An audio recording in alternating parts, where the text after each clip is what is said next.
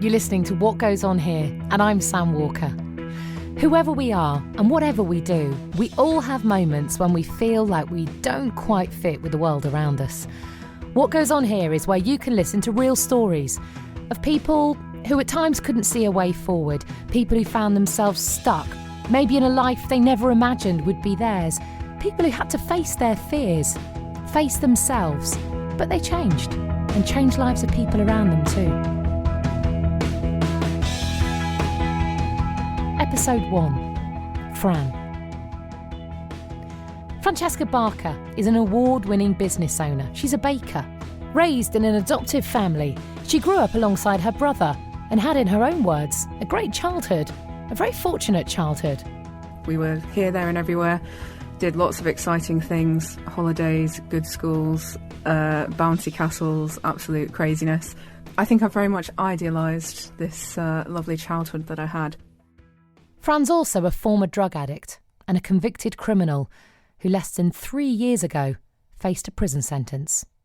When they were reading out the verdict and the judge had made a decision, the man with the handcuffs came and stood next to me in the dock, and I thought, she's not even opened her mouth and they're ready to take me. So how does one person get themselves into so much trouble and then find their way out again? When you truly believe you're not worth saving, how do you save yourself? How does your past define you, even when you don't know what it is? And I stood there in complete shock, and I thought, God, there's no way back. No. When did you find out you were adopted? Straight off from the beginning. The first time I met my parents was on a farm with our foster parents, which was amazing. And they rolled up and they were like a princess and a prince in a white Mercedes with leather jackets on, looking very snazzy and blonde and just groomed, and it was amazing. And I fell in love with them instantaneously. So much so that when my mum was about to pull out, having met my brother and I grabbed hold of her hand and said, "So will you be my mummy then?" And that was the beginning. So I've always known, and always appreciated, whether that's how it turned out or not. Do you think they fell in love with you instantly? Very much, yeah. My mum's not very emotional in terms of the way she lives her life at all, but in the beginning I think it was hard not to. We both I wanted a mummy and daddy, they wanted a little boy and a little girl, so we had this beautiful kind of romantic moment in 1990. How old were you? I was 3 and a bit. You said your mum had trouble showing you emotion. Were you aware of that when you were little? I found it quite normal, to be honest. I think going through the foster system to show real emotion and real love and affection would be disastrous. And I often wonder how foster carers can do the job that they do, because I'm a over-emotional person and I would find it very difficult to let go. When you were growing up, what did you know about your birth family? Not much, to be honest. I had kind of vague memories. I had horror memories, which stuck with me for a very long time.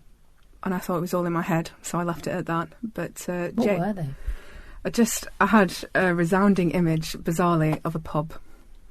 Just a big, scary room, lots of loud noises and loud noises and horrible things, which actually didn't make any sense to me until, of course, I ended up in court and I heard all about it and I read my child court case records, and it was horrendous. But at the same time, it was closure, because it gave, validation to everything that I already knew.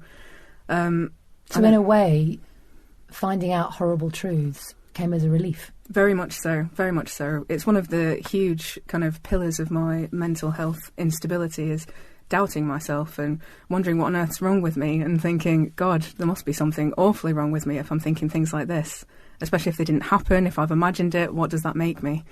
So to read it in black and white, it kind of gave it distance as well, because it was more like reading a story and thinking, it might be my name on the paper, but that's not me anymore. So it was good for separation, I think. What did you find out? I wrote in my blog, the easiest way to phrase it without being graphic is, I was very popular and shared amongst my dad and his friends. So yes, I just say I was a very popular Christmas present. That's a horrendous thing to find out. It was really, really awful, and Well, I've still not quite adjusted to it, to be honest. Still just words on a page, and I think it has to stay that way for me to kind of cope. Finding out the shocking, horrific truth about the abuse she suffered as a young child was a real turning point in Fran's life. But by the time she found this out, by the time it was confirmed, well, by this stage she'd already descended into drug addiction. She'd already been sexually exploited again and was facing prison. So what happened to the young, privileged girl who had foreign holidays, private schooling, a seemingly loving, stable family that took her down this path? In Fran's eyes, it always came back to the first few years in her life. Years which gave her painful, unexplained memories. Years that in her eyes, nobody wanted to discuss or didn't know how to discuss. It was just always going to happen. I think we were destined to break. Definitely. I was very bitter and angry as a child, and I never understood why. And I carried that through. So I was just kind of left to deal with it. And I didn't deal with it very well. The more I got angry and resentful, in the end I just turned and said, fine. Then I'm going to wreak havoc on your perfect little world. And that's exactly what I did. So how did you wreak havoc? Oh, geez, it started at school, misbehaving, being a pain, coming out, which really rocked the boat because that's one thing that they just couldn't tolerate at all. Then I went to university, carried on getting into trouble. An awful, awful thing happened while I was at university, and I had to lie to my parents to cope because I knew that their reaction just wouldn't be the one that I needed. Can you tell me what happened? Yes, I was raped in my second year at university. Which is horrific in itself, but then I found out I was pregnant, which was delightful. Did you tell anyone? I told my best friend because she had to go with me to the hospital, which wasn't straightforward in itself. That went tits up. And I ended up hemorrhaging in the hospital, and it all went disastrously wrong.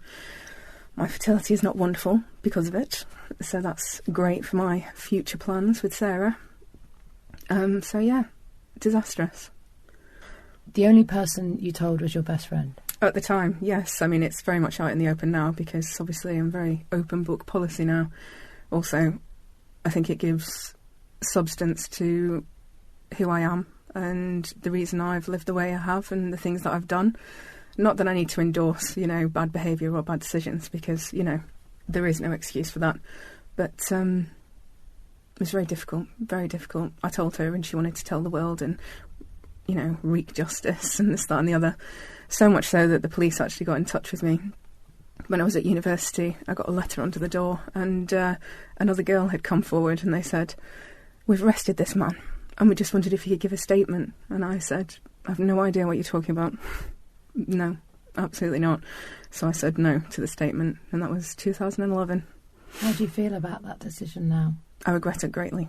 I do. It's one of my biggest regrets, actually. But at the time, it would have destroyed me. It was bad enough, but to actually say it out loud and then not have anyone to pick me up would have been worse. How did you cope with holding that inside you? I went completely mental. Yeah, I really did. I completely fell apart. After my abortion, I went back to my halls of residence and I shut my bedroom door and I didn't leave. And it was bizarre. I lived on tins of tuna and I didn't leave my room. I lived in the dark. It was strange, very strange behaviour. Turned my phone off, didn't engage on social media, which for me is very odd, and just shut the world out. And then university ended and I went back to Manchester and smiled. And nobody knew any different. Happy, happy.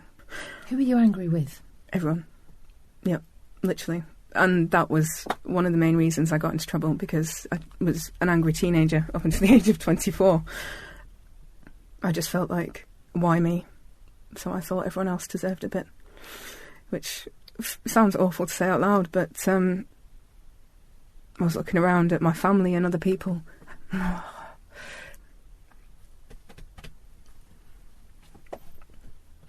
But in lashing out, in hurting other people, it was you who got hurt the most. That's the irony.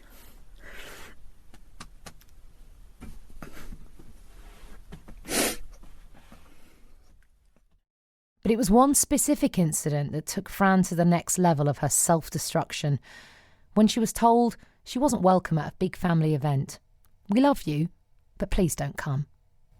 So that was it for me. So I packed my bag, I took all my allowance money like a posh girl, and I went to Manchester train station and I thought, airport or London? I don't know where to go. So I got on the train and went to London. And when I got to London, I thought, what the hell am I going to do?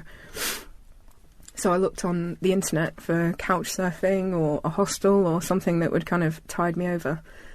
Well, I decided my choice career, despite being intelligent and educated, would be the thing that would give me the most power. And what I ended up finding was a brothel and a pimp and a man who sold me a story and said it was not as bad as everyone thought it was. You'd make a lot of money, he'd look after me, everything would be fine. And that's not what happened at all. It started off perfectly naively, and it was, you know, dinners and civilised, but then it took a turn and it wasn't. But I honestly didn't care. It made me a lot of money. I was very good at it. Master of manipulation, tell people what they want to hear. I've been good at that for as long as I can remember. And with that came cocaine. And I thought I was happy. I had lots of money. I was living the lifestyle. I had the designer clothes. I had the posh apartment. I had an intense coke habit. None of my friends knew. None of them cared because we were just having a great time and I was footing the bill, so it was always fine. And then when I decided, I should probably stop, I didn't know what else to do. Cocaine completely took me because it made me happy. I still say that now. People laugh at me and they say, would you ever do it again? And I said, I don't think I'll ever be that unhappy again. But the temptation, I don't know. Drug addicts have different coping mechanisms, but anyone who says that temptation goes away forever, I don't believe that for a second. I think you just have to know it's not worth it. And that's entirely the mantra. It's not worth it. Lying, it's not worth it. Stealing, it's not worth it. Cocaine, it's not worth it. At the time, because I felt completely worthless, it didn't make any difference. Was there any love in your life at this time? Not at all. But it's good to look back on. It's one of these did I dream that moments, because honestly, where I am now, I have to pinch myself and say, did that happen? It's interesting, isn't it, that you've talked about your childhood being almost like a movie you look back on now and wonder whether it actually happened to you. The next focus of your life as well, this time in London, you look back on and wonder if it was actually you. It's happened again, but in a completely different way. I think that's why it's been so difficult to sort myself out and to get back and to rebuild. I've kind of hopped from these different fantasies. Am I supposed to be the posh girl? Am I supposed to be the hooker? Am I supposed to be the street rat from London that got adopted by two prince and princesses? I don't know. It was only after some time of working as a prostitute and becoming dependent on cocaine to function that Fran decided to take a deep breath and turn her personal mobile phone back on. She was ready to face the reality of her frantic family, but she was in for a shock. I didn't have any text messages from any of my family. I had completely disappeared off the face of the planet and nobody cared. And I just found that really weird. A phone call home resulted in disgust and disbelief. So I thought, I can stay here and I can do this forever, or I can go back to Manchester and try and put my life back together. So I came back up north. It wasn't greeted with kindness or, my God, that's awful, let's sort you out, come on, we can do this together, which, I must have fantasised it might be, otherwise I would never have got on the train. So I kind of bumbled around in Manchester, not really doing anything, did some escorting up here. Big mistake, the city's too small, still haunts me to this day. And then by chance I met Sarah, but she had no idea of the car crash she was getting involved with. Were you still on drugs at this point? More or less, yeah. I tried to go straight and then relapsed and went on serious benders. But again, I was so good at hiding it. She never knew. Nobody knew. But meeting her long-term partner and quitting the escorting, cutting back on the drugs, this wasn't the end of Fran's downward spiral. In fact, she was yet to make the biggest mistake of her life. When I got into trouble, I know exactly why I did it, because I like money, and I like what money does for me, which is buy people, because it's the only thing I know what to do, which is what I did with Sarah, essentially. Even though she told me a million times, you don't have to, I have this compulsion. Let's go on holiday, I'll take you out for dinner, I'll buy you this, what do you want, let me do something. I had a flash of honesty where she took me to Platfields Park and we fed the geese for a day, and she said, "Did you have fun today?" And I said, "Yes." And she said, "Did you spend any money?" And I said, "No." I said, "Right, what does that tell you?" That your childhood was built on memories that cost money. Your childhood was built on memories of trips away and holidays away and days out. Exactly right, exactly right. So, on my kind of journey of self-forgiveness, I appease that very much with thinking, bad choices, yes, but built in, very much so. So, of course, when I was busy defrauding half of Manchester and collecting a pot of gold, which very quickly went up my nose or on material bullshit, it wasn't worth it. And it's one of the reasons I handed myself into the police, because I realised very soon after, and I'd obviously stopped taking the drugs once I'd spent all the money and looked at the situation, and I thought, there's no way back from this. How did you cross that line? I mean, you'd engaged in criminal activity and drug taking, and also in escorting and prostitution.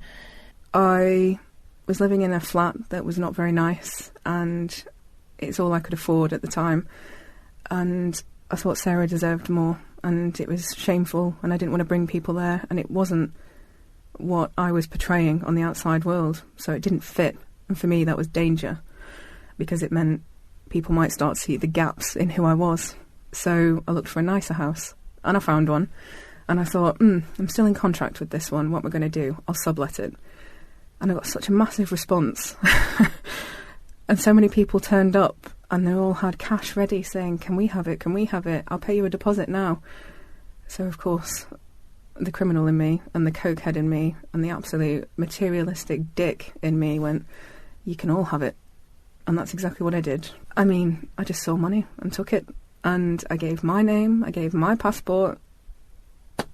So I knew I was going to get caught. I knew, but in the spare of the moment, I just did not care. I didn't care about the people I was stealing from.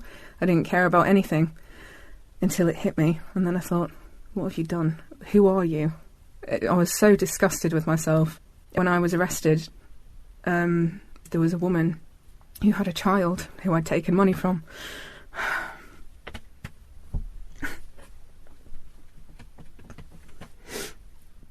Guilt. I think that's what catches up. And she didn't want to make a police statement. She thought I was a nice girl. But she needed the money back for Christmas presents. And I thought, you're a fucking animal. What have you done? Never forgive it.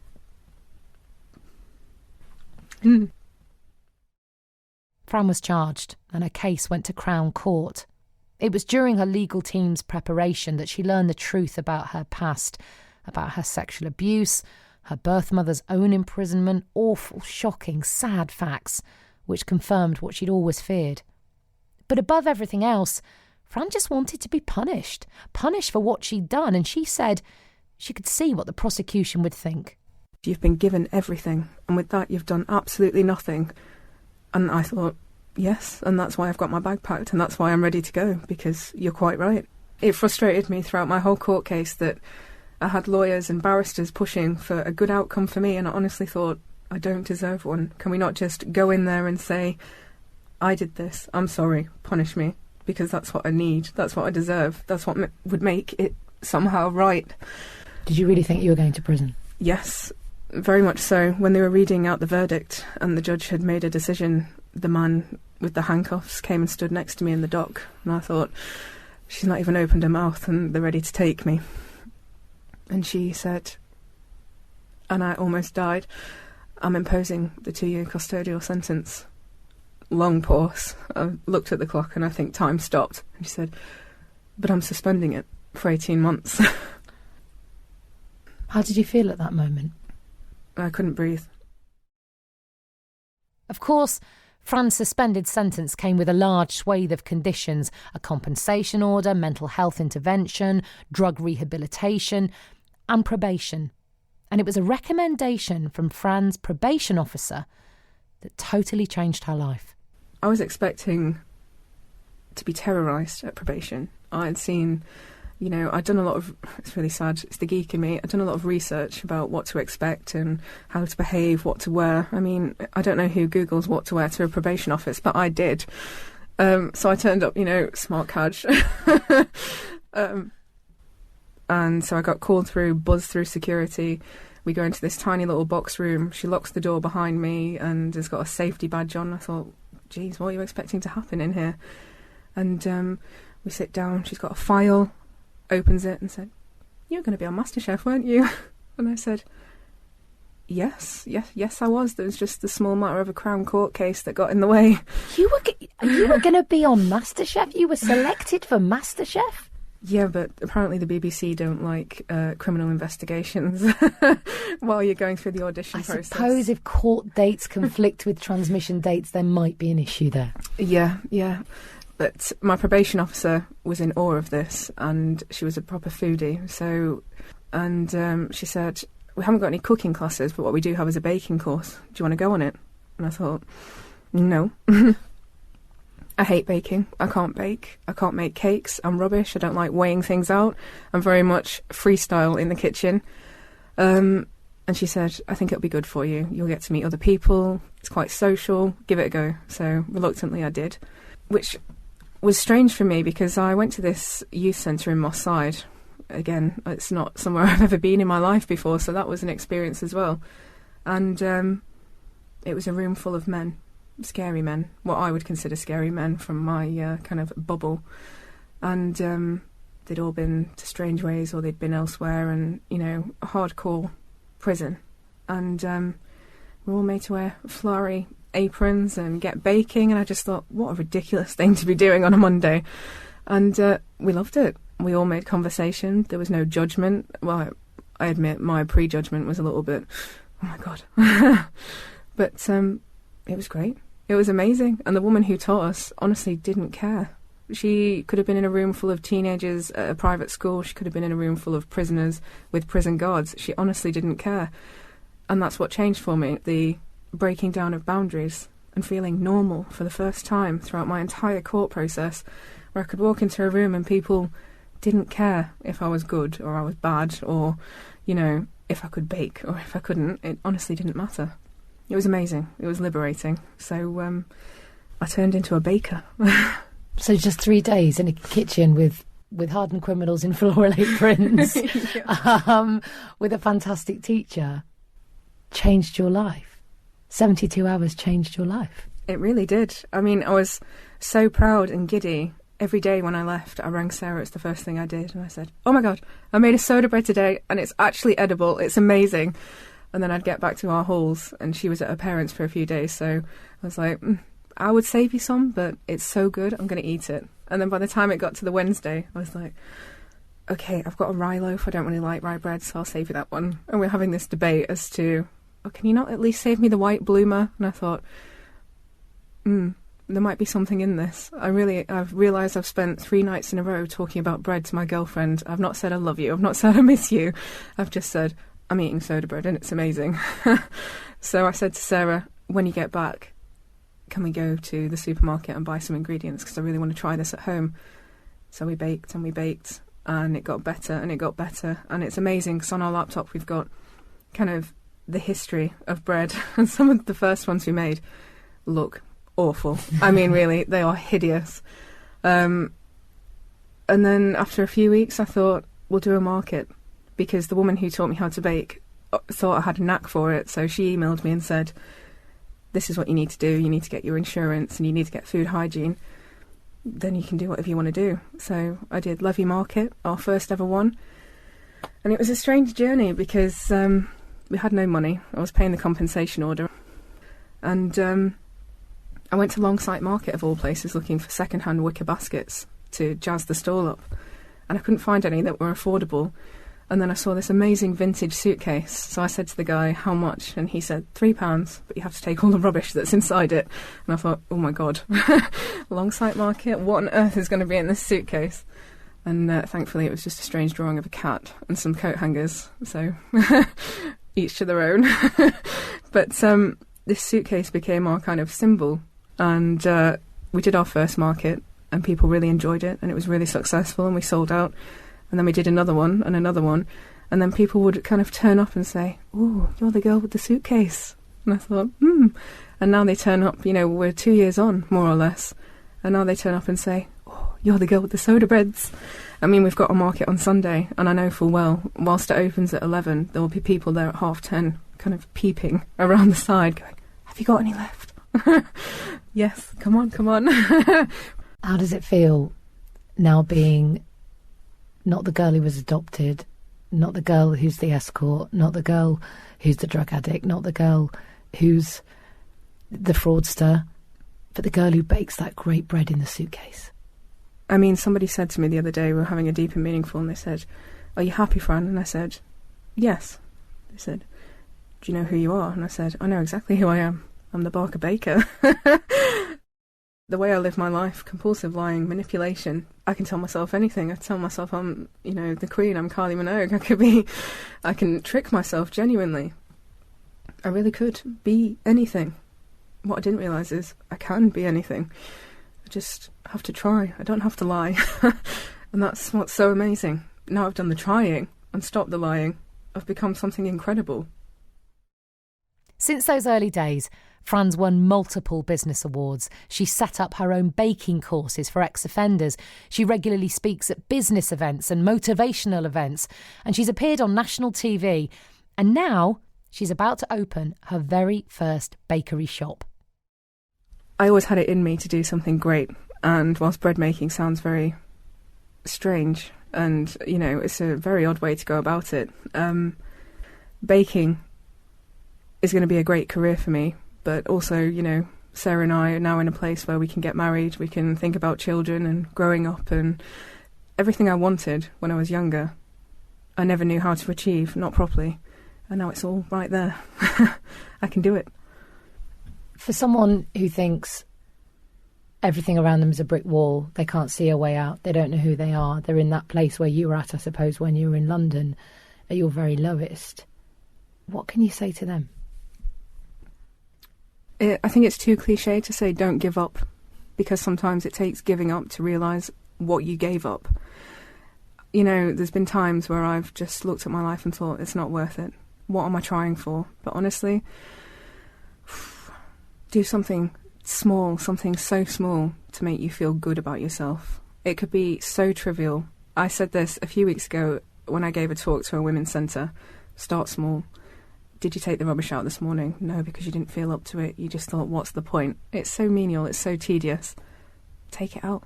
Did you do the washing up? No, I didn't want to. I didn't want to get out of bed. I don't want to look at the sun. I don't want to speak to people. I don't want to do anything. Do it, you'll feel better. For me, always, make a loaf of bread. It's, I'll just say it because it's my passion, but something small. Even, I don't know, make a phone call. Tell a joke, speak to someone you love, or think of someone you love. I mean, when I was in London, I was completely lost, but I would have escapism into Fantasyland, and I would think about my family, good or bad. There's something worth fighting for, and I think that's what you need to find, something worth fighting for. And it's really easy. It's just you. I could sit in London in my snazzy apartment and think, there's more than this. I'll fight for my family. I'll win them back. I'll fall in love. I'll fight for whoever that may be. No, be selfish. Be you. Fight for you.